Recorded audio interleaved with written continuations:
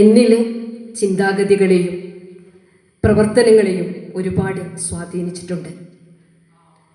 ആധ്യാത്മികത എവിടെ തുടങ്ങണം, ആധ്യാത്മികതയുടെ വിത്തുകൾ എവിടെ പാകി തുടങ്ങണം എന്ന് ഗുരുദേവൻ അദ്ദേഹത്തിൻ്റെ ജീവിതത്തിലൂടെ നമ്മെ ബോധ്യപ്പെടുത്തിയിട്ടുണ്ട്.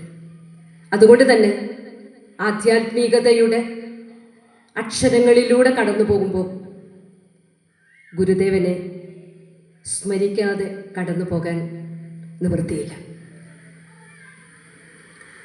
സത്യത്തിൽ എന്താണ് ആധ്യാത്മികത? ആധ്യാത്മികത എന്ന പദം എല്ലാവർക്കും സുപരിചിതമാണ്, എല്ലാവർക്കും അറിയാം, എല്ലാവരും കേട്ട് പരിചയിച്ച ഒരു വാക്കാണ് ആധ്യാത്മികത. എന്നാൽ ആധ്യാത്മികതയുടെ അർത്ഥതലങ്ങളിലേക്ക്, സൂക്ഷ്മ തലങ്ങളിലേക്ക്,